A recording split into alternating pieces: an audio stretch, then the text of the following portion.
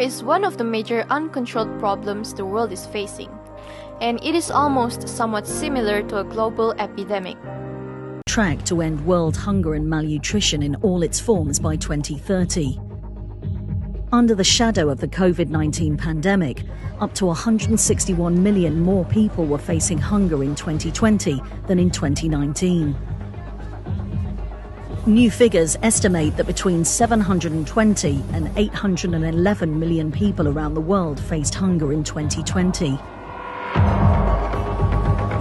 The prevalence of undernourishment increased this past year to reach a level of 9.9%.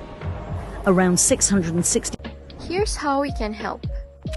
The first step is to practice a healthy diet. Practicing a healthy diet means to eat healthily in a moderate way and not eating more than what your body actually needs, as this is unnecessary. The second step is to donate extra stocks of food to the needy.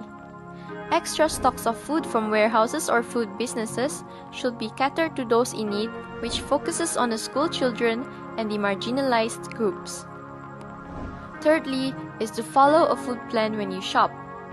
Make it a habit to follow a food plan when you shop so you'll know what you actually need to consume and no extra food goes to waste when it expires. The fourth step is to improve the logistics of food supply across the world.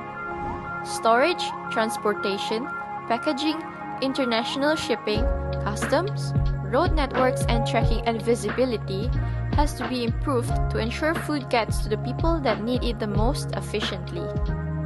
The fifth step is to increase the production of agricultural resources.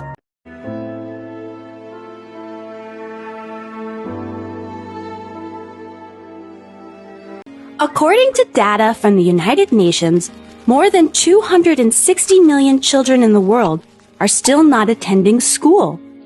Or rather, they cannot go to school. You heard right. There are more than 260 million children around the world who do not or cannot go to school. Isn't that unbelievable? Sometimes this happens when children live far away from their schools and have to travel very long distances every day to go to school. Can you imagine walking 3 hours to school and then 3 hours back? This is what happens to many children living in developing countries. Poverty is also a factor that limits access to education. Many children have to start working when they're still very young in order to help their families economically. And this situation causes them to leave school before they finish their studies.